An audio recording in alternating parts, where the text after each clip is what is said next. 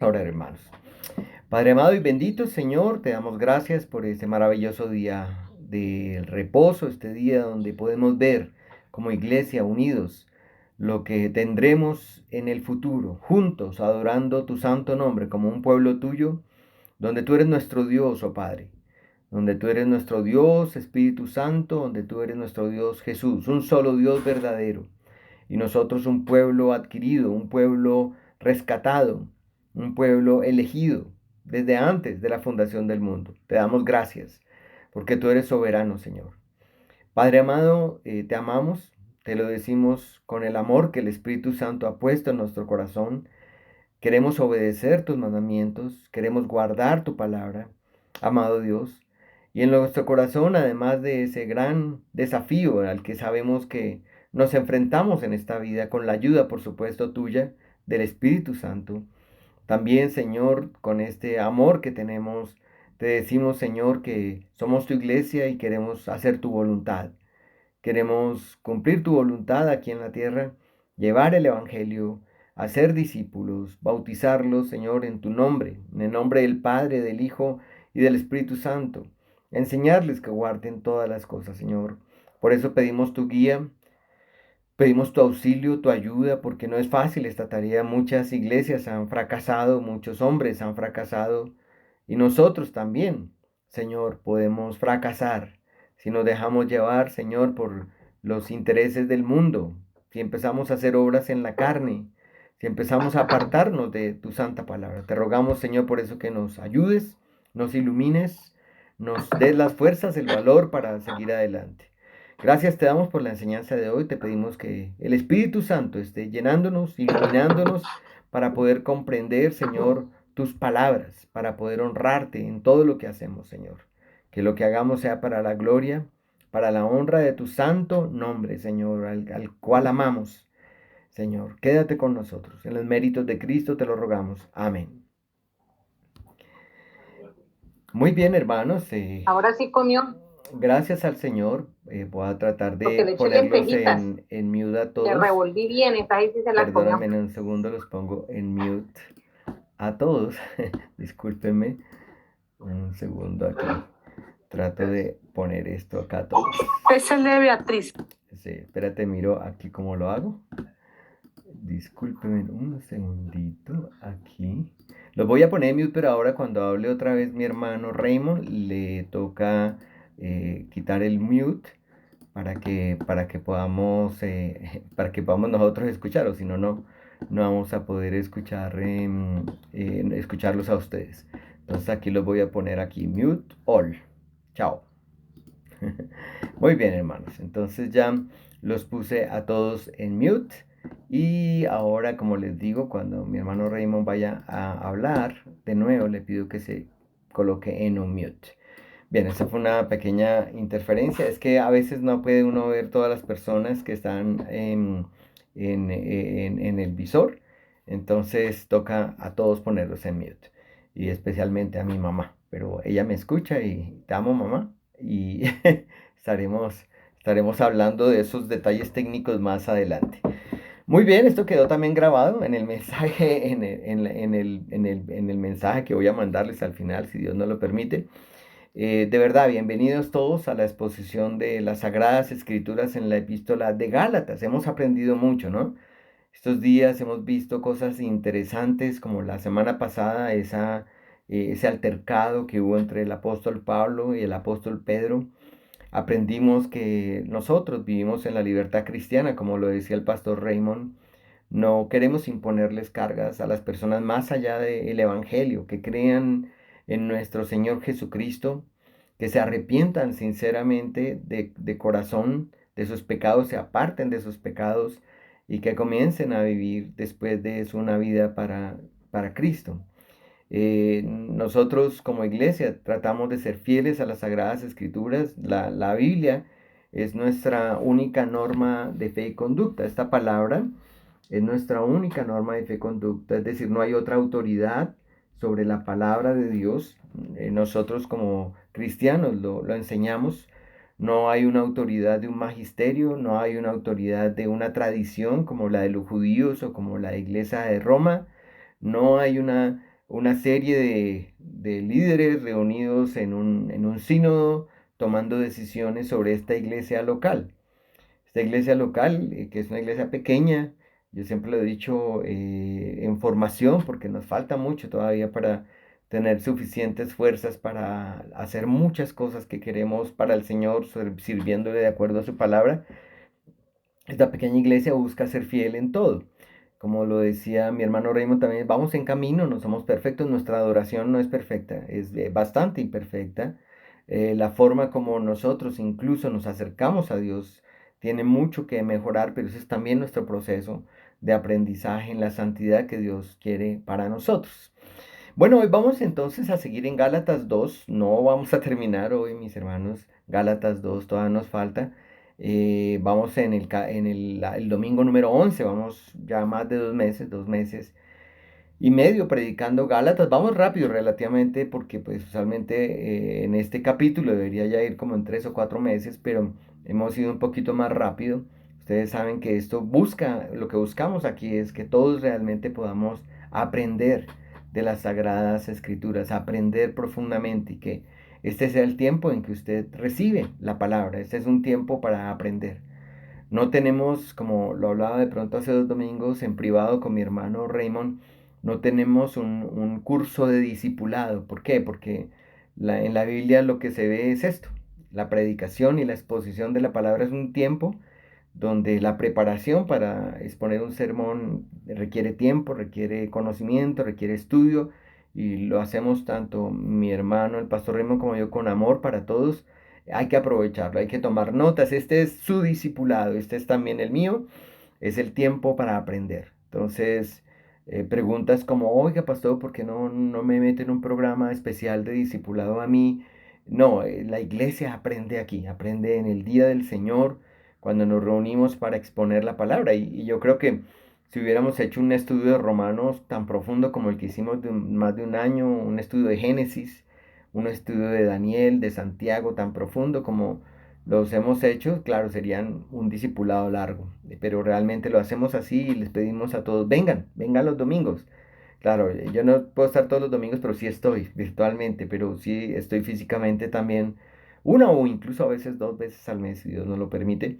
Entonces vengan, el domingo es para eso, para aprender, aprender del Señor. Y hoy lo digo porque hoy vamos a aprender muchas cosas y Dios permita que tomen nota, que esto quede grabado en las mentes y los corazones de cada uno de ustedes, mis hermanos. Bien, quiero colocar la presentación para que ustedes vayan guiándose un poco sobre lo que vamos a estar haciendo. Entonces, aquí el mensaje de hoy es muy importante. Hoy vamos a estar hablando de una doctrina fundamental de la iglesia cristiana. Vamos a hablar de una de las solas que pues la tocamos tangencialmente, y es que nosotros somos justificados, y la doctrina de la justificación, somos justificados por la sola fe en Cristo. Nosotros somos justificados por la sola fe en Cristo. Yo sé que ya muchos de ustedes lo entienden muy bien porque ha sido una de las enseñanzas más reiteradas, yo creo que de la iglesia, que es fundamento de lo que nosotros somos y nos diferencia muchísimo de otras denominaciones, por lo como Dios nos ha dado el entendimiento, gracias a Él, gracias la gloria para Él, de estas palabras. Y esto comienza en los versículos que leíamos ahora allí en Gálatas capítulo 2, cuando el apóstol Pablo está escribiendo del verso 15-16, después de que ha tenido ese altercado con Pedro y le ha llamado la atención por su simulación. Y claro, no solo fue un llamado a Pedro, sino también un llamado a Bernabé, fue un llamado a todos los demás discípulos por haber sido hipócritas, de comportarse de una manera con unos que eran judíos y con otros que eran gentiles a la hora de comer. Y después de eso, justo después de eso, dice, hace énfasis en quiénes son los judíos, y quién es él, y quién es Pedro, y quién es Bernabé. Dice, nosotros, judíos de nacimiento y no pecadores de entre los gentiles. Aquí no está diciendo que Pablo no sea pecador. Ahí lo que está diciendo es que los pecados del pueblo judío, por supuesto, eran pecados también, pero no eran como los pecados de los gentiles. Y no estoy tampoco poniéndolos en una categoría, sino diciendo nosotros, por lo menos, tuvimos la ley, tuvimos algún celo del Dios verdadero, pero el gentil no conoce nada, ¿no? Ellos conocen solo dioses paganos. Entonces dice, nosotros judíos de nacimiento y no pecadores de entre los gentiles, sabiendo que el hombre, y aquí pone una doctrina fundamentada, dice, sabiendo que el hombre no es justificado por las obras de la ley, sino por la fe en Jesucristo, nosotros también hemos creído en Jesucristo, para ser justificados por la fe de Cristo, y no por las obras de la ley, por cuanto por las obras de la ley nadie será justificado. Entonces vamos a tener un énfasis especial hoy en esto, hermanos, en esta enseñanza de estos dos versículos sobre la justificación por la sola fe en Cristo. Ustedes saben que nosotros de la Reforma salieron varias cosas, entre esas salieron 5 solas, se llaman solas, la palabra sola significa sola en latín y sola en español. Nosotros somos salvos y creemos en la sola fe en Cristo. Creemos que solo Cristo salva. Creemos en la sola escritura, que a diferencia, como les decía cuando empecé la enseñanza, otros no creen en la sola escritura, creen en la sola escritura más la tradición, más el magisterio o el grupo de líderes que gobiernan las iglesias, ¿sí? Y nosotros creemos en solo Cristo, ¿sí? En la sola gracia. Y como el título, como lo es el nombre de nuestra iglesia, Soli Deo Gloria, nosotros creemos que la gloria solamente es para Dios, solamente para Dios. Ese fue un nombre que escogimos hace algunos años, Iglesia Bautista Reformada, Soli Deo Gloria, buscando que el Señor nos ayudara en todo con lo que estamos buscando hacer para Él. Muy bien, voy a poner acá una definición, es una definición propia, muy rápida, de lo que es la justificación por la sola fe en Cristo, para que nos guíe. Entonces, ¿qué es la justificación? La justificación es un acto de Dios, hermanos, es un acto de la gracia de Dios, nace de Dios. Es un acto de la gracia de Dios por el cual tan solo en base a la obra mediadora de Cristo o a la obra mediadora que Cristo realizó, Él declara justo al pecador y éste acepta este beneficio con corazón creyente. Entonces, aquí pongo una frase que es la justificación es lo opuesto a condenación. La justificación es lo opuesto a la condenación. Entonces, entramos hablando ya de dos términos que el apóstol Pablo está poniendo sobre la mesa con este versículo, y es que sí hay condenación, y hay condenación eterna, y cuando hablamos de condenación en nuestro entorno, en nuestro contexto humano, sabemos que es la condenación. Cuando un juez condena a un delincuente porque ha fallado la ley, porque ha quebrantado la ley, porque ha violado la ley y se le ha comprobado que es una persona culpable. Entonces, esa persona, el juez, lo que hace, si es un juez recto, si es un juez correcto, lo que hace es hacer cumplir la ley. Entonces, esa es la justicia. Ustedes han visto que la justicia siempre se ejemplizada con una mujer que tiene una venda blanca en sus ojos, una venda en los ojos, tiene una espada y tiene una balanza. Y en la balanza, lo que uno, o sea, la venda es para precisamente no estar mirando caras, ¿no? Que no haga justicia por las caras o por la apariencia o por cosas corruptas. Y lo que busca la justicia con esa balanza es poner en esa balanza el peso de la ley y el peso de la culpa, entonces, o de la infracción de la ley. Obviamente, si pesa más la infracción de la ley, entonces la persona es culpable. Y para eso tiene la espada. La espada es para hacer justicia.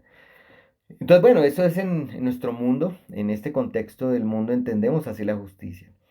En el reino de los cielos y desde el punto y la perspectiva de Dios para los seres humanos, para los seres que Él creó y que han poblado esta tierra por tantos siglos, por miles de años, estos seres serán también, se presentarán, como lo dice la Escritura, ante el tribunal de Cristo. Van a presentarse y hay un juez, y ese juez es Dios, y ese juez va a dictar sentencia frente a lo que ha hecho el hombre, y va a venir para muchos condenación, pero para otros vendrá justificación. Entonces hoy vamos a enfocarnos en saber cómo es para esos otros la justificación. ¿Cómo es que delante de un Dios seremos justificados? Que es lo que el apóstol Pablo nos dice, porque él dice que él como judío, dice sabiendo que el hombre no es justificado por las obras de la ley. Entonces vamos a enfocarnos mucho en eso. Entonces, si no es justificado por las obras de la ley, ¿y qué es justificación y cómo funciona eso? Entonces quiero mostrar esto, explicar esto un poco mostrando las diferencias. Nosotros enseñamos en nuestra iglesia que la salvación involucra muchas cosas, ¿no?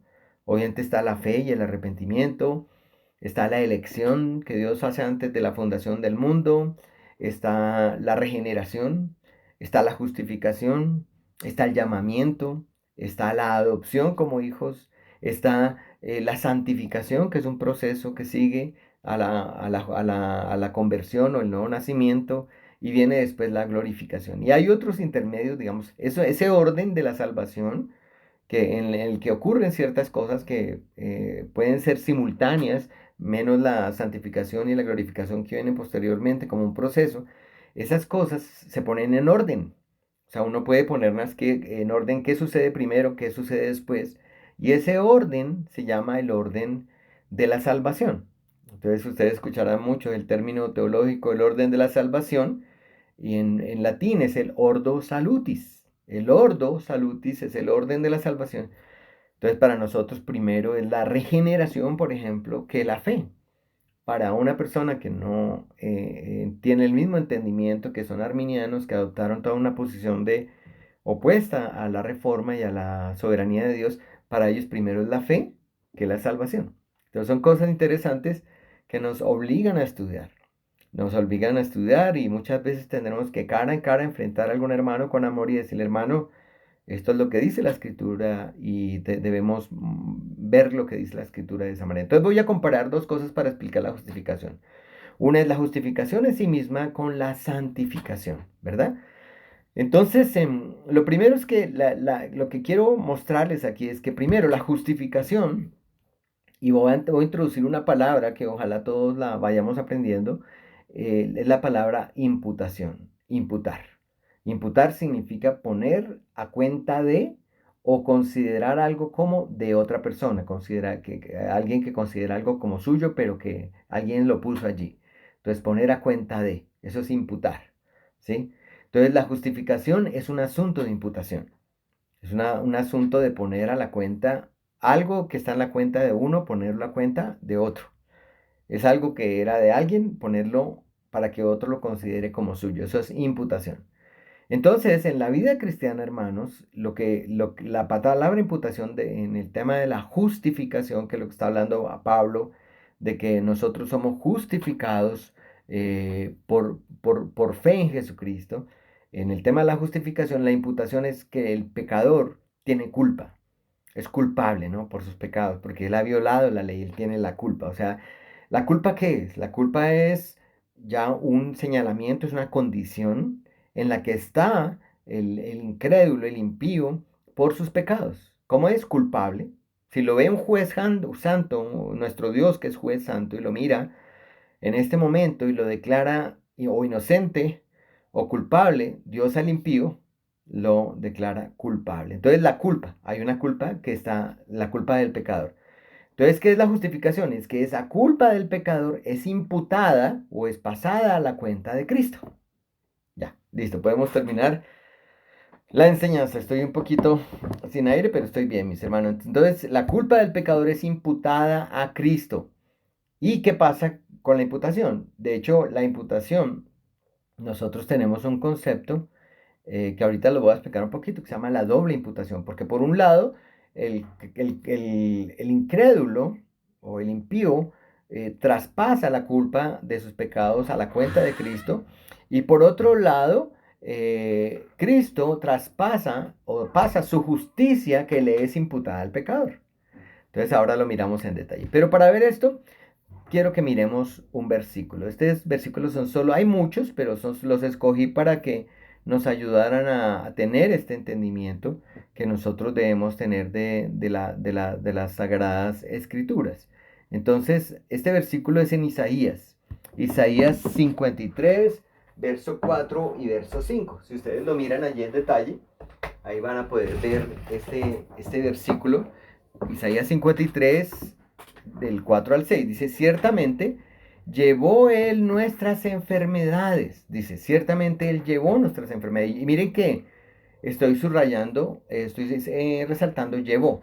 Ciertamente llevó él nuestras enfermedades y sufrió nuestros dolores, y nosotros le tuvimos por azotado, por herido, dice, por herido de Dios y abatido. Mas él, dice, herido fue por nuestras rebeliones, molido por nuestros pecados, y el castigo de nuestra paz fue sobre él, y por sus llagas, perdón que aquí no lo había puesto en la grabación, y por sus llagas fuimos nosotros curados. Todos nosotros nos descarriamos como ovejas, cada cual se apartó por su camino, mas Jehová cargó en él el pecado de todos nosotros. Esto que estamos leyendo aquí en Isaías 53, que es la enseñanza del profeta Isaías, nos muestra la justificación y la imputación. Nos está diciendo que Cristo, que Jehová, mire que acá dice que Jehová cargó en él el pecado de todos nosotros. Acá está diciendo Jehová, él llevó nuestras enfermedades, él sufrió nuestros dolores, él fue herido. ¿Por quién? Por nosotros, por nuestras rebeliones. Y la palabra rebeliones y la palabra pecado aparece. Dice, fue herido por nuestras rebeliones, fue molido por nuestro pecado. Dice castigo, o sea, el castigo no fue sobre el culpable, que era el impío que estaba llegando a los pies de Cristo, de Jehová, sino que el castigo para que ese impío pudiera tener paz para con Dios fue sobre él, sobre Jehová, sobre Jesús. Dice, el castigo de nuestra paz fue sobre él. Y dice, por su llaga fuimos nosotros curados. Y ahí Isaías dice, todos, todos. Y aquí menciona algo que el apóstol Pablo después repasa en Romanos 3, todos, no hay justo ni a uno, todos nos descarriamos, todos nos descarramos como ovejas, cada cual va por un camino de pecado.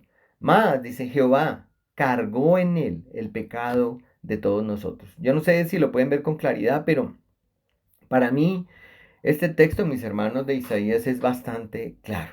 Es bastante claro y nos da esta enseñanza de la justificación. Lo que es la justificación. Esto es lo que creemos nosotros. Nosotros creemos que Cristo llevó nuestro pecado. Entonces, cuando Pablo estaba enseñando esto en la carta de Gálatas, escribiendo esto en la carta de Gálatas, seguramente en la mente de Pablo estaba recordando Isaías y estaba recordando seguramente otros textos de las Sagradas Escrituras muy importantes. Pero él está hablando de la justificación y yo quiero que hoy, hermanos, ustedes salgan entendiendo esto perfectamente, que el que quiera, ustedes le expliquen qué es la justificación. Ahora, esa es la justificación. O sea, imputamos o pasamos a la cuenta de Cristo nuestras culpas, nuestros pecados y Él los lleva en la cruz. Es decir, trasladamos a la cuenta de Él. Ahora quiero diferenciarlo de la santificación, porque la justificación es un asunto, como les decía, de imputación, ¿verdad? De poner a la cuenta de uno lo de otro. La santificación es un asunto de transformación. Son cosas muy diferentes y a veces las confundimos. Quiero poner acá un versículo que está en 2 capítulo 3, en 2 capítulo 3, el verso 18. Entonces dice aquí, 2 Corintios 3, 18, por tanto nosotros todos mirando a cara descubierta, como en un espejo la gloria del Señor, somos transformados de gloria en gloria en la misma imagen como por el Espíritu del Señor. Entonces, esto ya no es justificación. Esto es que ya nosotros, siendo creyentes, nosotros vamos sufriendo una transformación. Y es una transformación que mire que va en ascenso, va de gloria en gloria. ¿A cómo? ¿A dónde queremos llegar? A la misma imagen. Este versículo 18, cuando miramos 2 Corintios 3, 17, y hacia atrás está hablando del Señor. Y dice el Espíritu es el Señor. Y está hablando de que nosotros, la meta nuestra, es llegar a ser a la imagen de Cristo, ser como Él. ¿Sí? Dice como por el Espíritu del Señor. Entonces eso es lo que nosotros hacemos en la santificación. Entonces eso es la santificación y es diferente a la justificación. Hay un punto donde se tocan, que lo voy a explicar ahora, que es importante, pero nosotros debemos diferenciar las dos cosas. Porque nosotros primero tenemos que pasar por la justificación antes de que ocurra la santificación. Eso es supremamente importante en el entendimiento que tenemos. Entonces, la justificación se trata de imputar pecados o poner nuestras culpas a la cuenta de Jesús, y ahora lo explicamos en detalle, y la santificación se trata de un proceso de transformación. Somos transformados. Bueno, otra cosa de la justificación es que en la justificación el Padre es quien toma la iniciativa. Eso debemos mirarlo con claridad. Eso está también allí. Voy a compartir otro texto, mis hermanos, en Romanos, capítulo 8, verso 33. Dice el apóstol Pablo en Romanos: ¿quién acusará a los escogidos de Dios? Es una pregunta que él hace y dice después: Dios es el que justifica. O sea, en la justificación el Padre toma la iniciativa. Él es el que justifica, ¿verdad? Es una obra de Dios, una obra del Padre, una obra de la Trinidad, Padre, Hijo, Espíritu Santo, cada uno haciendo algo en este proceso, en este tema de la salvación. Digamos, estamos haciendo algo. Entonces, eso es bien importante, hermanos, que lo tengamos en cuenta en esta enseñanza. Entonces, el Padre es quien justifica. Y aquí ese versículo es muy bonito, el versículo de Romanos 8:33 dice: ¿quién acusará a los escogidos de Dios? ¿Quién me acusará? Pues nadie.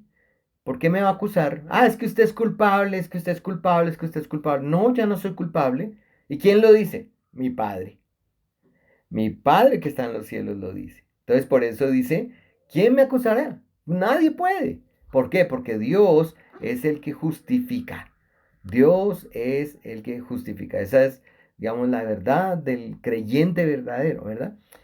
Entonces Dios es el que justifica. Ahora, en la santificación, que es lo que estamos comparando, aquí vemos que el Padre toma la iniciativa en la justificación, pero en la santificación el que toma la iniciativa es el Espíritu Santo.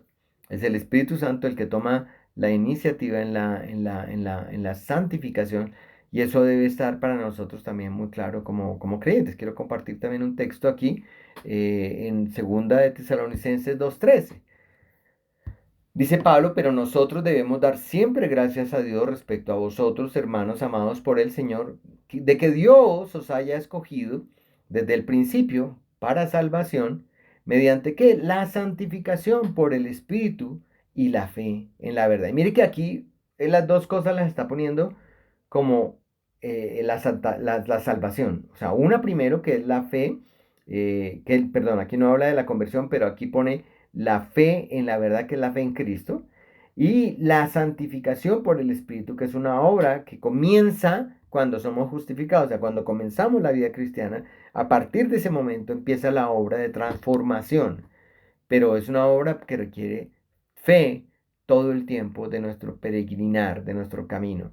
Entonces, otra de las cosas que puedo afirmar en esta hora, mis hermanos, es que la santificación lo hace el Espíritu Santo. Entonces, la justificación, para que lo vayamos ya redondeando un poco, es lo primero. Digamos, lo primero que ocurre es un veredicto ante un juez, un veredicto judicial. Y ese veredicto, hermanos, según la enseñanza de las Sagradas Escrituras, es un veredicto hecho una sola vez y para siempre. Por eso es que nosotros, a diferencia de otras personas, de otras iglesias, no creemos que la salvación se pierda. Creemos que la salvación es para siempre, porque creemos lo que dice Jesús: que nadie nos arrebatará de su mano, ni nadie nos arrebatará de la mano de su Padre. Entonces la salvación no se pierde para nosotros. ¿Qué significa eso en términos de justificación? Que nosotros creemos, porque la Biblia lo enseña, que una vez el juez dice, que el juez es Dios, dice: usted es inocente, usted ya no es más culpable. Esa justificación, ese veredicto judicial es de una vez y para siempre.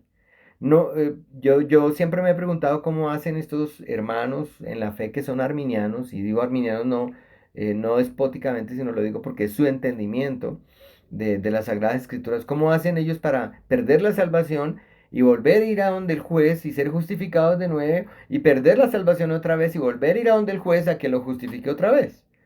Entonces eso es jugar con la obra de Cristo, pensar que la obra de Cristo es imperfecta, que su sangre no es poderosa para limpiar nuestros pecados, y es jugar también con el juez. Si el juez dice que eres inocente, entonces eres inocente, y más el juez de los cielos, ¿verdad? Uno, y vamos a ponerlo en un ejemplo un poco terrenal, pero es así, si un juez a usted lo exonera de un delito y dice, no señor, usted es inocente de este delito, al principio las pruebas y las evidencias lo señalaban como culpable, puede ser un robo, puede ser un asesinato, pero ya hemos indagado bien, ya hemos investigado y resulta que usted no es culpable, usted es inocente. Si usted es inocente ahí, usted es inocente. Una vez, para ese delito es inocente, una vez y para siempre. No es que usted se devuelve 2 años después, ay, señor juez, es que yo no sé si soy inocente o no. El juez ya lo dijo, ya investigó, él es inocente, más el juez de los cielos. Entonces, pero esa inocencia tiene una razón de ser en el reino de los cielos. Entonces, el primer proceso es ese veredicto judicial, que ocurre una vez y para siempre. Y el segundo evento es un proceso que continúa toda la vida. Entonces, la vida cristiana consta mayormente de dos eventos. Es en que somos justificados por Dios, por un juez santo que nos declara justos, y otro que es un proceso de transformación continuo de toda la vida. Son dos cosas distintas, pero no separadas. Son distintas, pero no separadas. Al justificar al pecador, Dios puede ser considerado, o como les digo, como un juez que preside un tribunal de justicia. El prisionero está sentado en el banquillo de los acusados, el juez se absuelve al prisionero declarándolo libre de culpa y justo, y entonces el que era prisionero ahora es un hombre libre. El que era un prisionero ahora es un hombre libre. Pero la historia no termina ahí. En este cuento que les estoy contando del juez, la historia no termina ahí. Supongamos que el juez se vuelve hacia el hombre libre y le dice, listo, ya eres libre porque yo como juez te he absuelto, te he declarado libre, porque soy un juez justo de tu culpa y eres justo, entonces eres libre, pero yo ahora, como hombre libre, quiero adoptarte como mi hijo, ¿verdad? Y no solo te quiero adoptar, sino que además te voy a dar de mi espíritu para que te ayude a vivir la vida libre que ya tienes. Eso es el cristianismo. Dios nos declara justos, Dios nos adopta como hijos y Dios nos da de su Espíritu Santo. Y aquí quiero compartir dos versículos que me parecen muy hermosos, que hablan de esto también de el apóstol Pablo. Él dice en este versículo, en Romanos 8:15, él habla, Pablo dice, pues no habéis recibido el espíritu de esclavitud para estar otra vez en temor, sino que habéis recibido el espíritu de adopción, por el cual clamamos, Abba Padre.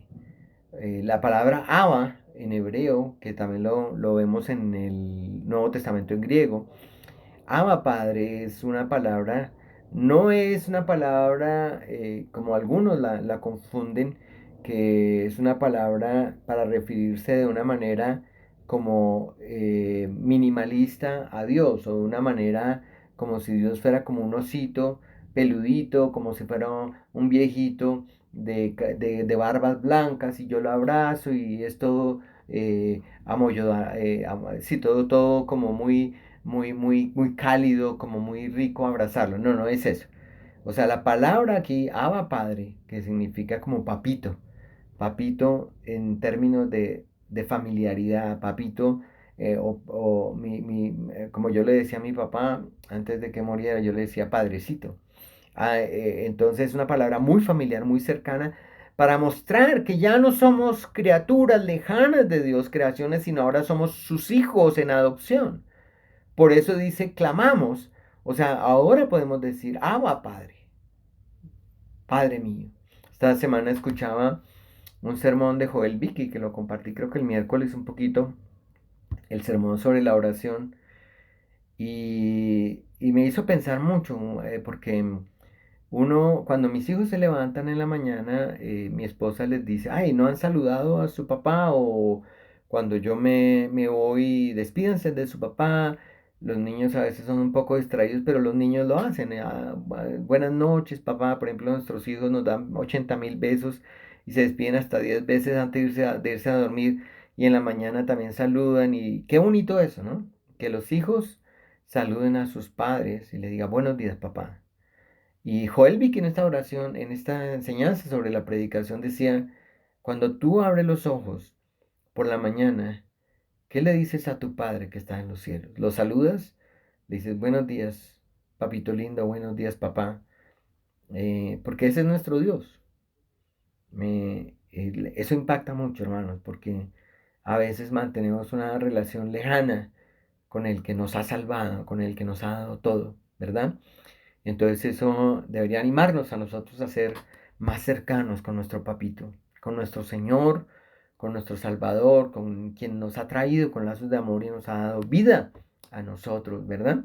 Y bueno, otro versículo que quiero compartir también de lo mismo, que el apóstol Pablo, escojo el apóstol Pablo porque estamos enseñando, y esto es más adelante, lo vamos a predicar, bueno, unos meses más adelante, pero está en Gálatas capítulo 4 del verso 4 al 6. Entonces dice el apóstol Pablo, pero cuando vino el cumplimiento del tiempo, Dios envió a su Hijo, nacido de mujer y nacido bajo la ley, para que redimiese a los que estaban bajo la ley, a fin de que recibiésemos la adopción de hijos. Y por cuanto sois hijos, Dios envió a nuestros corazones el Espíritu de su Hijo, el cual clama, Abba Padre. Entonces yo quiero que ustedes observen estos dos versículos y van a ver una diferencia entre este y este, ¿verdad? En este Romanos 8:15, el apóstol está diciendo que los que clamamos, papito, a Dios, los que le decimos a Dios, somos nosotros. Pero en este versículo está hablando de que el que clama y dice, Abba Padre, es el Espíritu de Cristo que mora en nosotros, que Él envió sobre nosotros. Entonces, es hermoso, hermanos, porque el clamor de los hijos de Dios a su Padre es un clamor que involucra tanto a la persona de lo que somos nosotros, como el Espíritu de Cristo que mora en cada uno de nosotros. Entonces, esto es fundamental que lo tengamos en cuenta, hermanos. Así que así es donde la justificación, ahí es el punto, hermanos, donde la justificación y la santificación se tocan, ¿verdad? La una a la otra. Porque la persona justificada por pura gratitud, a través del poder capacitador del Espíritu Santo, empieza a luchar contra sus pecados, empieza a abundar en buenas obras para la gloria del juez amado que nos ha salvado, que es nuestro Padre. La vida cristiana es hermosa cuando se vive con entendimiento y se comprueba y vamos conociendo más a nuestro Padre y vamos acercándonos más a Él. Entonces, por otro lado también, además la justificación comparada con la santificación, la justificación es un acto, no es un proceso. Y quiero que esto lo tenga muy claro. La justificación es un acto. Es como cuando, imaginemos, uno va donde un juez y va a dictar un veredicto y de ahí va a salir una sentencia y somos culpables o seremos culpables o inocentes. Eso es un acto. O sea, lo que él diga en ese momento es lo que va a determinar su futuro. No es un proceso. Ya lo que dijo es un acto. Entonces así, la justificación de parte de Dios es un acto. Es un acto judicial de Dios. No descansa en las obras del hombre. Y yo quiero compartir dos versículos más. Yo sé que paso mucho los versículos, pero espero la grabación. Los que quieran volver a retomarla, la pueden tomar para mirar lo que dice ahí. Está en Romanos capítulo 3, verso 20. Dice allí, en Romanos 3:20, dice, ya que por las obras de la ley, ningún ser humano será justificado delante de él, porque por medio de la ley es el conocimiento del pecado. Y aquí entonces el apóstol está introduciendo ya algún detalle a lo que es la justificación o cómo se justifica el hombre. Y él dice, señores, hermanos, personas, todo el que lee esta escritura, por las obras de la ley, es decir, por cumplir la ley y que a esa ley se vuelvan en acciones que obran en nuestro corazón y nos llevan a nosotros a actuar por esas obras, ningún ser humano será justificado delante de él. Dice, porque por medio de la ley es el conocimiento del pecado. Y aquí viene una de las cosas que voy a estar exponiendo el próximo domingo, que voy a estar exponiendo sobre la ley de Dios. De los usos de la ley de Dios. Si ustedes ven este versículo, ahí vemos un propósito de la ley, porque a veces pregunta uno, ay, si la ley no es para justificarme de mis pecados, entonces ¿para qué es? Ahí está, en la parte de abajo. Por medio de la ley es el conocimiento del pecado. O sea, uno de los usos que tiene la ley es para llevar a las personas a conocer que tienen pecado, para llevarlas al arrepentimiento. Es uno de los usos. Entonces, es para eso sirve la ley, para que al ser expuesto a la ley de Dios, la persona tenga conocimiento de que está en pecado.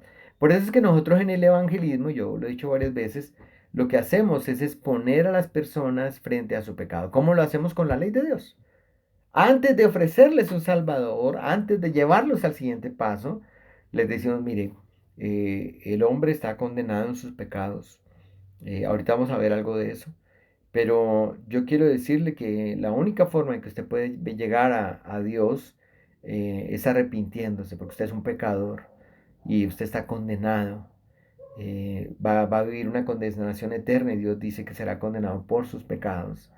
Eh, Usted es culpable delante de Dios. Entonces, eso es, y mostrándole en qué es culpable, a varios versículos, la persona puede decir, no, yo no me siento culpable, que es una respuesta muy normal, ¿no? Casi todo el mundo lo dice. Otro dice, sí, yo soy pecador por su trasfondo religioso, sí, todos somos pecadores, pero nunca tienen conciencia de pecado. Y la conciencia de pecado es algo que estaremos mirando en otros domingos, pero es algo que debería tener el verdadero creyente. Ser consciente de que sus pecados ofenden al Salvador, al Padre eterno, a Dios trino, de que el pecado es algo que nos separa de Dios, es una rebeldía para con Dios. No es simplemente repetirlo, como lo hacen, o tener información y decir, sí, el pecado me condena cuando yo no tengo conciencia de ese pecado. Entonces, esa justificación es un acto de Dios, es un acto judicial y no descansa en las obras, ¿verdad? Como lo dice Romanos 3:20, ya que por las obras de la ley ningún ser humano será justificado delante de Dios. Y hay otro texto que es de nuestro libro que estamos estudiando, que lo veremos también unas semanas adelante, que es este, Romanos 3:11 y 12, dice, y que por la ley ninguno se justifica para con Dios, es evidente. ¿Por qué? Como lo dice él en Romanos 1 y aquí ahora en Gálatas 3, el justo por la fe vivirá. Y la ley no es de fe, sino que dice, el que hiciere estas cosas vivirá. Y mira que aquí está planteando una diferencia bien importante entre la ley y la gracia o el ser salvo por fe, ¿verdad? Y una es que, una diferencia es que la ley le dice, y lo dice desde el Antiguo Testamento, si cumples todas estas cosas, vivirás por ellas.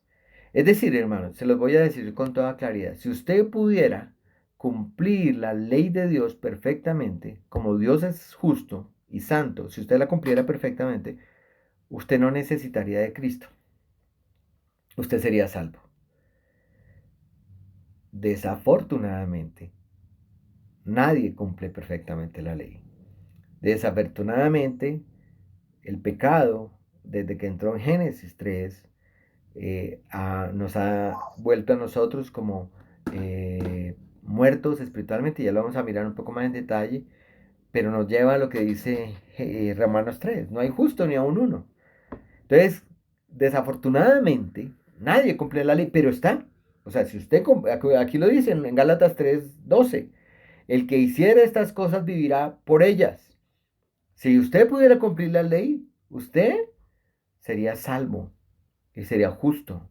¿Por qué? Porque es justo, cumplió la ley. Pero como no lo puede hacer, entonces es culpable. Lo lamento. Ahora, ¿por qué esto es importante? Lo miramos unos 2 versículos antes, cuando veíamos que Jesús en Gálatas 4, que los pondré más adelante, pero dice que dice en Gálatas 4 4 al 6 dice que Dios, cuando vino el cumplimiento del tiempo, Dios envió a su Hijo, nacido de mujer y nacido bajo la ley. Esto es una enseñanza importante, porque nos muestra que Jesús tenía que cumplir perfectamente la ley. A diferencia de nosotros, Jesús sí cumplió perfectamente la ley, ¿verdad? El único. Ahora, nadie más podía cumplir la ley. Por eso es que Dios se hace hombre. Porque nadie había cumplido la ley y nadie podía cumplirla.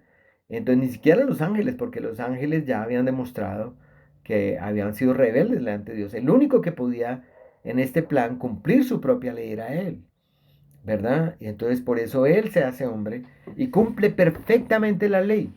Y entonces al cumplir la ley, Cristo ¿qué gana? Gana la justicia, gana su propia justicia. Dice, yo cumplí la ley perfectamente, gano la justicia. Y ahora vamos a ver qué hace con eso. Entonces esto es bien importante, tengamos cuidado hermanos, porque alguno de pronto podría decir, eso es cierto, pero la fe es una obra, la fe la pongo yo. Usted me está diciendo que nadie es justificado por las obras de la ley, pero yo hago una obra y la obra es yo tengo fe. Entonces la respuesta es no. Yo les digo que ni siquiera en la fe como una obra del hombre, en eso no podríamos nosotros ser salvos. Entonces hay que entender muy bien la fe. Y voy a ponerla aquí en este texto que voy a compartir, que es muy famoso, lo conocemos todos, en Efesios 2.8. Dice Pablo, porque por gracia sois salvos por medio de la fe. O sea, la fe no es un fin en sí mismo, la fe no es el que me salva, la fe es un medio. Ahora, ese medio, ¿qué pasa con ese medio? Porque uno podría decir, yo genero fe, yo soy el que genero la fe. Él dice, y esto no de vosotros. O sea, no creas que esto viene de ustedes. Dice, pues es don de Dios. O sea, Dios la da, no por obras, para que nadie se gloríe. Es decir, nosotros ni siquiera podemos decir que hemos generado la fe para ser salvos. La fe no la da Dios, así como nos dio en Romanos 5 el Espíritu y el amor para poder obrar y cumplir la voluntad de Dios. Dios nos equipa y nos da también la fe. Entonces el hombre no puede ganar la justificación, solo puede recibirla. Repito, el hombre no puede ganar la justificación, sino solo puede recibirla. Es como el juez, otra vez vuelvo al juez.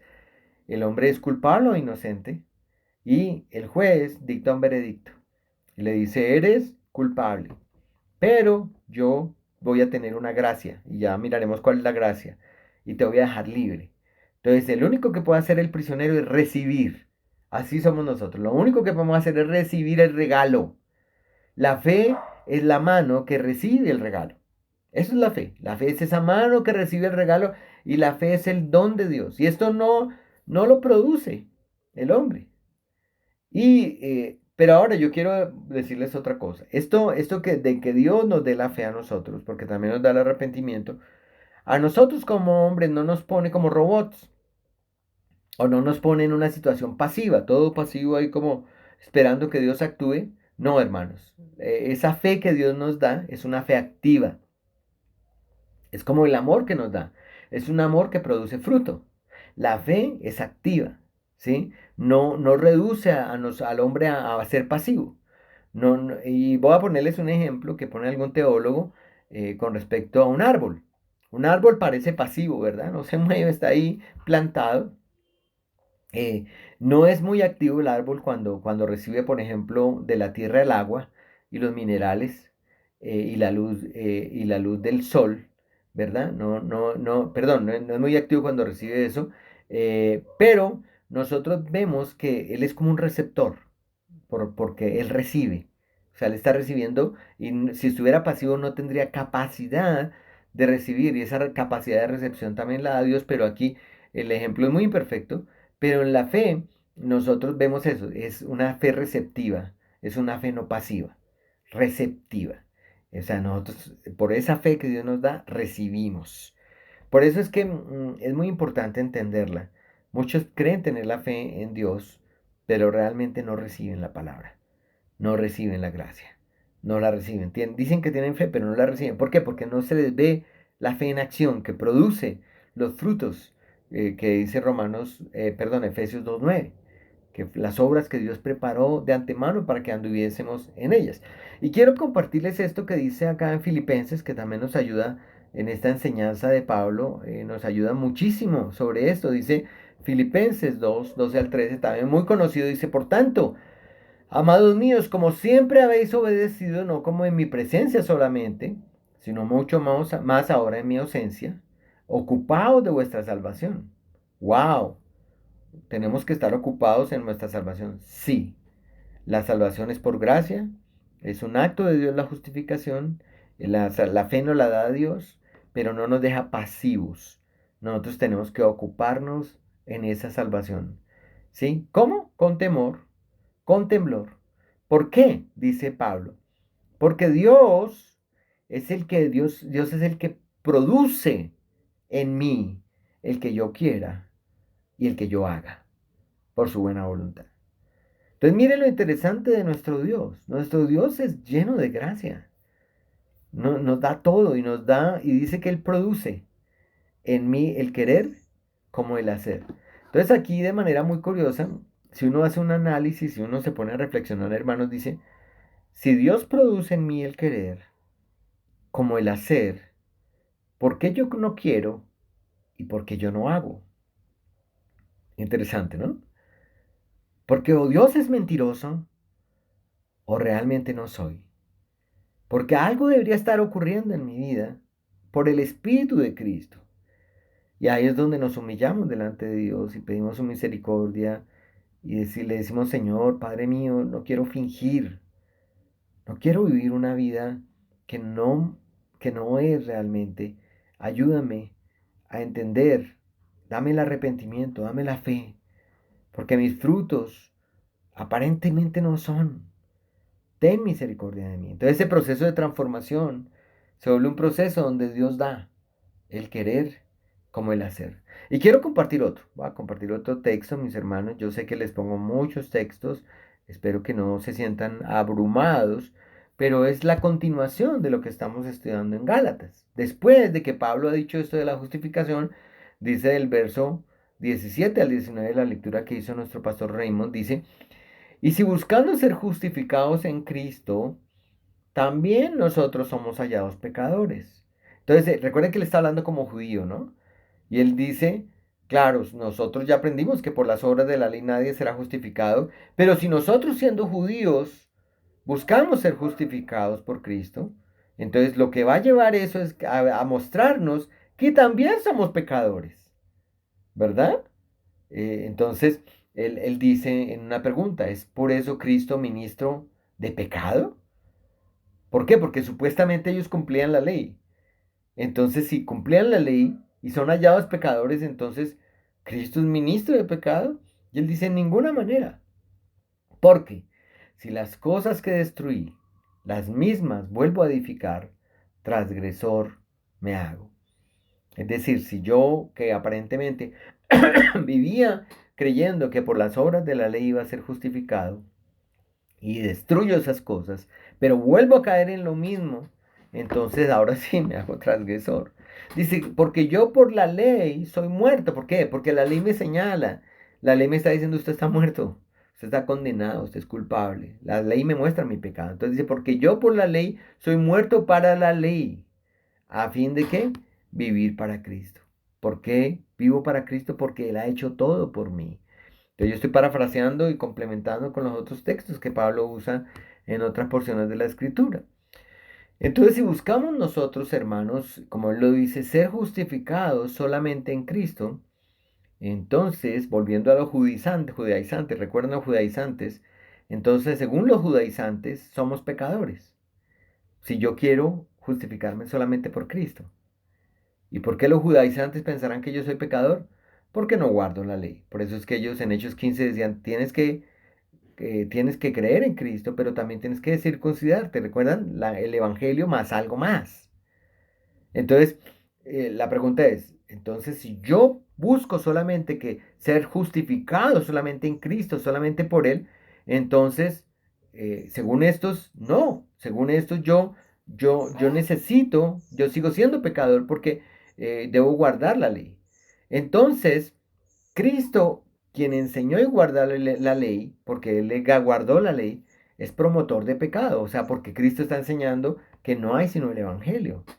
Entonces, si Él enseña que no hay que guardar la ley, que no hay que guardar la ley para ser salvo, ¿sí? Para ser justificado, entonces Cristo es promotor de pecado. A eso se refiere que Él es ministro de pecado. ¿Y quién lo señala? Lo señalan personas como los judaizantes, porque ellos creían que Cristo guardó la ley, entonces yo también, para ser justificado. Él lo tenía que hacer porque Él todavía estaba bajo la ley para cumplir perfectamente la ley y lo hizo perfectamente. Entonces él sería un transgresor. Y yo sería un transgresor si comienzo otra vez a reconstruir esa doctrina de la salvación por las obras de la ley. Pablo, entonces, en la vida como judío, siendo perseguidor de la iglesia, o Saulo de Tarso, él buscó y él fue irreprensible. Él mismo lo dice en la Biblia que él fue irreprensible en el cumplimiento de la ley y también de las tradiciones, ¿no? Lo vimos en el Halakak, lo vimos el Talmud, en el cumplimiento de la ley. ¿Y qué obtuvo Pablo? O sea, su conclusión al final es, ¿qué obtuvo? Nada. Pablo no tuvo paz. Se descubrió a sí mismo que era un gran pecador y él era incapaz realmente de cumplir la ley. Entonces esa ley lo mató. La ley le mostró quién era realmente. La ley lo mató. Entonces la ley tú cumples ese propósito también, mostrar su pecado y que usted vea que está muerto. Y la ley también, otro propósito que tiene, que lo veremos el otro domingo, es ser como el guía, un guía de ciegos, un guía que me acompaña. Lo llama en la Biblia el ayo. La ley es su ayo para llevarnos a Cristo, nos ayuda a llevarnos a Cristo. Entonces, viene la pregunta, y ya vamos cerrando, mis hermanos, la pregunta de estos textos que nos está enseñando el apóstol Pablo, y la pregunta la hace alguien en el Antiguo Testamento, muchos años atrás. Job, capítulo 9 verso 2, dice Job, ¿y entonces cómo se justificará el hombre con Dios? ¿Cómo? ¿Cómo me seré declarado justo delante de Dios? Ya sabemos que es por la fe en Cristo, pero no entiendo todavía me queda difícil. ¿Cómo se justificará el hombre con Dios? Porque el hombre está en una condición terrible. El hombre está, y voy a poner acá la lista, hermanos, la lista de lo que el hombre le está pasando para que ustedes tengan, y voy a dejar unos segundos. Igual yo les mando la presentación, pero unos segundos para que miren la condición del hombre muerto en pecados, Romanos 5:12, muerto espiritualmente, Efesios 2:1 al 3, totalmente corrompido, Tito 1:15, a los ojos de Dios es injusto, Romanos 3:10 al 12, su entendimiento está entenebrecido, Efesios 4:18 al 15, es hijo de ira, Efesios 2:3, es incapaz de dar buenos frutos, Mateo 7:17 al 18, está destituido de la gloria de Dios, Romanos 3:23, y merece la muerte, ¿no? Romanos 6:23. No lo puse aquí, pero también lo podemos mencionar. Señalando, hermanos, que esta es la condición del hombre hoy en día, del hombre impío, ¿verdad? Y aquí es donde nosotros, hermanos, aprendemos sobre un concepto teológico que debemos señalar en este punto. Y este concepto, y ya se los expliqué un poco al principio, cuando les decía que la justificación se trata de imputación o de poner algo a la cuenta de alguien, este concepto se llama la doble imputación. La doble imputación, o sea, ocurre dos veces la imputación. Entonces van a ver, es muy sencillo, realmente no es misterioso, pero nos ayuda a entender lo que Pablo, lo que el apóstol Pedro nos enseñan en las Sagradas Escrituras. Entonces, vamos allí, pero pues quiero primero ponerles, ya vamos terminando, quiero ponerles dos versículos, que de todos, no el de Isaías, que ya lo miramos, pero sí otros dos que nos ayudan, que es este es muy conocido. Dice el apóstol Pablo en 2 Corintios 5:21, al que no conoció pecado, aquí se refiere a Jesús, porque viene hablando de Jesús, al que no conoció pecado, por nosotros lo hizo pecado, ¿verdad? Acá es decir, que por nosotros, como Isaías 53, por causa de nosotros, Jesús se hizo como si él fuera un pecador. No que él fue pecador, sino que él se hizo como si él fuera un pecador. ¿Con qué propósito? Dice, para que nosotros fuésemos hechos justicia de Dios en él. Entonces ustedes ven dos cosas. Una primera imputación es que nosotros, que Jesucristo lleva las culpas de nuestro pecado, ¿verdad? Y él no era pecador. Y otro es que nosotros recibimos la justicia de él. Porque dice para que fuésemos hechos. O sea, nosotros llegamos a ser hechos justos delante de él, en él, en Cristo. O sea, en Cristo nosotros somos justos. Y voy a ponerle aquí al segundo versículo antes de poner la cámara otra vez. Está en Primera de Pedro 2:24. Dice ahora Pedro, el anterior fue Pablo y Pedro, que tuvieron su altercado. Ahora escriben llenos del Espíritu Santo, diciendo a Pedro, quien llevó en sí mismo nuestros pecados, haciendo alusión a Isaías 53. Él llevó nuestros pecados, o sea, él no tenía por qué llevar nuestros pecados, pero los llevó en su cuerpo sobre el madero, para que nosotros, estando muertos a los pecados, vivamos a la justicia otra vez. Están diciendo lo mismo con diferentes palabras, y por cuya herida fuisteis sanados. Entonces, aquí, hermanos, quiero hacer un pequeño pare para que reflexionemos en esto. ¿Qué es esto? Ese traslado de un lado que Jesús nos pasa su justicia y nosotros le pasamos la culpa. Entonces, el Señor, ¿qué tiene? Si uno mira a Jesús, ¿qué tiene? Tiene su naturaleza santa, él vivió sin pecado, él vivió una vida perfecta, él guardó perfectamente la ley de Dios, él obtuvo una justicia personal durante toda su vida terrenal. Y ahora, ¿qué hace con esa justicia? Se la da al creyente. Y eso significa que ahora Dios ve al creyente como si el mismo creyente, como esa misma persona hubiera hecho todo lo bueno que hizo Cristo. Entonces le está dando algo que hizo Cristo, que logró, y ahora Dios nos ve a nosotros, a los creyentes, como si nosotros lo hubiéramos hecho, como si hubiéramos cumplido la ley, porque esa justicia no la da. Y ahora, ¿cuál es el aporte del impío? Ahora, a su parte, señor impío, tiene naturaleza pecaminosa, con pecados, no guardó perfectamente la ley de Dios y es culpable por sus pecados y merece la muerte. Esa culpabilidad se la traslada, esa persona culpable se la traslada ahora a la cuenta de Jesús. Yo les he puesto varias veces esta gráfica. Vamos a ver si sale. Esta gráfica es muy común, pero esta la hice yo. Muestra lo que les estoy diciendo. ¿Qué es la justificación? Es una imputación doble. Por un lado, el pecador pasa su culpa a Cristo y por otro lado, Cristo pasa su justicia al pecador. Es un acto. Entonces ahora, delante de los ojos de Dios, nosotros, el creyente, se ve como si él hubiera hecho todo lo bueno que hizo Cristo Jesús. Qué hermosa es esta salvación, hermanos. Qué hermoso realmente es que Cristo llevó nuestros pecados, nos otorga, nos entrega su justicia. Nosotros somos coherederos, ¿saben por Cristo? ¿Por qué? Porque Él nos la dio, la herencia, porque Él la traspasó a nuestra cuenta. Esta es la justificación, mis hermanos. Y lo que Pablo está enseñando en Gálatas es que este es el Evangelio, no hay otro Evangelio. El Evangelio es lo que cuando les digo el Evangelio es lo que Cristo hizo, no lo que nosotros hicimos. Es que nosotros debemos comprender este traspaso. ¿Sí? Claro, si fuéramos financieros entendería uno básicamente ese traspaso. Ahora Cristo es responsable. Cuando nosotros creemos en Cristo, Él es responsable por mis pecados. Y él se presenta ante el tribunal del Dios Santo, 3 veces santo. Y Él, como es declarado culpable. Él es declarado culpable. Y yo, como soy declarado inocente. Porque ahora Cristo me transfirió su justicia, me la imputó y yo le imputé la culpa. Entonces yo soy declarado inocente y él es declarado culpable. Él sufre el justo castigo que me correspondía a mí como impío, la muerte física, y experimenta la muerte eterna, porque el castigo no es solo la muerte física, él experimentó la muerte eterna. Y Él satisface todas las demandas de la justicia, porque el juez está allí diciendo, a ver, este señor Félix Acero incumplió la ley, es culpable. Y yo digo, sí, pero Cristo tomó mi lugar y Él va a llevar mis culpas. Ahora yo tengo la justicia de Cristo y le he trasladado los pecados. Señor Jesucristo, usted murió por Félix. Sí, entonces usted es culpable.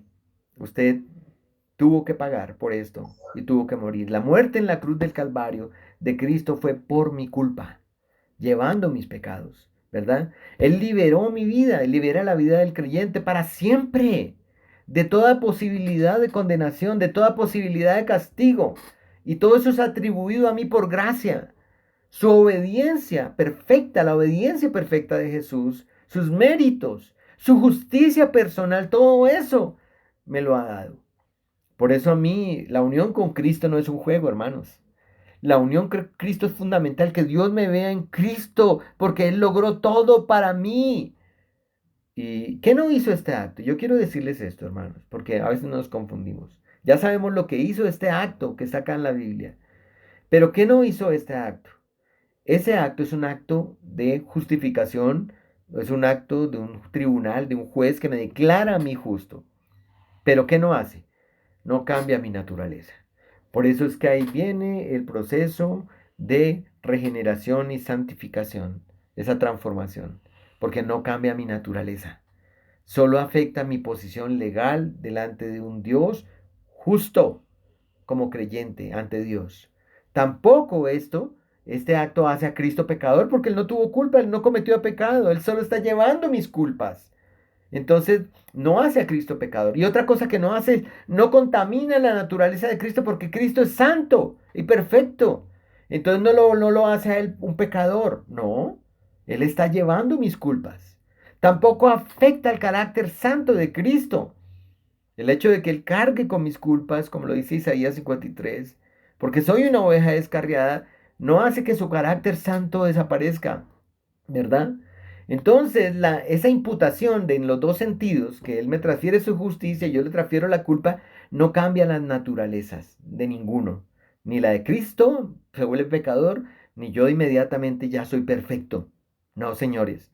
Solo afecta mi posición legal o nuestra posición legal de la persona que ha hecho, que ha creído en Cristo como su Señor y como su Salvador. Entonces, para nosotros, hermanos, esto es muy representativo como creyentes. Amamos a nuestro Padre, amamos a Jesús, amamos al Espíritu Santo, la unidad en la Trinidad, un triuno, nuestro Dios triuno, un único Dios, lo amamos. ¿Por qué? Porque Él lo ha hecho todo por nosotros. Ese es el Evangelio. Por eso no les inventamos cuentos, hermanos. Ni Pablo lo hace, ni Pedro lo hace, ni ninguno en la Escritura lo hace. Nosotros no tergiversamos el Evangelio. Es el entendimiento claro de lo que Cristo hizo. Ahora tenemos que humillarnos a los pies de Cristo, reconociendo que Él es quien nos salvó y queremos vivir una vida como Él la vivió ahora en la práctica, en la experiencia, por fe, pidiéndole, Señor, ayúdame a ser a la imagen de tu Hijo. Señor, ayúdame a vencer la carne, el mundo, al enemigo. Ayúdame a vivir para la gloria tuya. Eso es la vida cristiana. Y si no ocurre eso, viene una pregunta. ¿Soy o no soy? ¿He sido realmente transformado por la gracia del Señor? ¿He sido justificado? ¿Estoy en proceso de santificación? ¿Soy una nueva criatura que lo veremos en estos domingos? ¿O no lo soy? Eso es la justificación, mis hermanos. Y lo que Pablo está hablando. ¿Y por qué me demoré un rato, 1 hora y 15 minutos tal vez, exponiendo esto? Porque es que esto es fundamento. Esto es fundamento para usted. Usted no necesita un discipulado. Aquí lo está recibiendo. Acá está recibiendo esta enseñanza. Todos estos textos para mostrarle qué es lo que somos los creyentes delante de Dios. Somos declarados justos y Dios nos ve como justos en su Hijo Jesucristo. ¿Será que yo ya sigo condenado? No, soy justo, una vez y para siempre, porque esa fue la obra de mi Señor en la cruz del Calvario. Y qué hermoso es esta enseñanza, hermano. Nos da mucho ánimo, sí. Nos da esperanza, sí. Nos da fe, nos da fuerzas, nos da ese deseo que tenemos de servir a ese Salvador maravilloso que tenemos, que es nuestro gran Dios, soberano Dios, Jehová el Señor. Qué hermosa es esta palabra. Vamos a orar, mis hermanos, para terminar dándole al Señor gracias por la enseñanza de hoy. Amado Padre, Señor bendito, santificamos tu nombre en esta hora, o nosotros, tu iglesia en Popayán, todos los hermanos que nos conectamos, santificamos tu nombre y decimos como el apóstol nos lo enseña y por el Espíritu de Cristo que mora en nosotros decimos, Abba, Padre, Papito amado, gracias. Gracias por todo lo que has hecho. Gracias, Señor. Hoy te saludamos, hoy te hablamos, Señor, reconociendo tu grandeza, tu poder, reconociendo tu sabiduría eterna, tu fidelidad para con este pueblo. Hoy, Señor, extendemos estas palabras hasta ti, diciéndote gracias, Padre. Gracias por salvarnos, gracias por esta obra maravillosa que has hecho en cada uno de nosotros. Y rogamos, Señor, que nos ayudes a vivir esta vida cristiana, andando en tus caminos, buscando ser a la imagen de tu Hijo Jesucristo, buscando amarte, guardando tus mandamientos cada día. Señor, ayúdanos. Ayúdanos como iglesia a dar testimonio, a ser columna y baluarte de la verdad. Ayúdanos a que otros vean que somos la sal y la luz de esta tierra, que podemos llevar y proclamar el Evangelio a otros. Y ruego, Señor, por mis hermanos, por los que están en pecado, por aquellos que no se han apartado de sus pecados, Señor, que les des, Señor, de tu espíritu, les dé fe y arrepentimiento para que crean y se arrepientan y vivan para ti. Y por aquellos que no han creído en Cristo, te ruego que tengas misericordia de ellos. Familiares, amigos y aún personas que se congregan en nuestro lugar, te ruego que tengas misericordia y la piedad tuya y la gracia tuya sea sobre ellos y que también lleguen, Señor, a ti, traídos por lazos de amor, por como dice tu palabra. Bendice esta hora, quédate con nosotros como iglesia, te lo rogamos en el nombre de Jesucristo, en el nombre que es sobre todo nombre, en el nombre del gran sumo sacerdote, el único mediador, nuestro Señor y Salvador, Jesucristo. Amén. Que el Señor les bendiga, mis hermanitos, Amén. a todos. Gracias, pastor. Amén. Muchas gracias. Bendiciones. Amén. Gracias. Amén, pastor.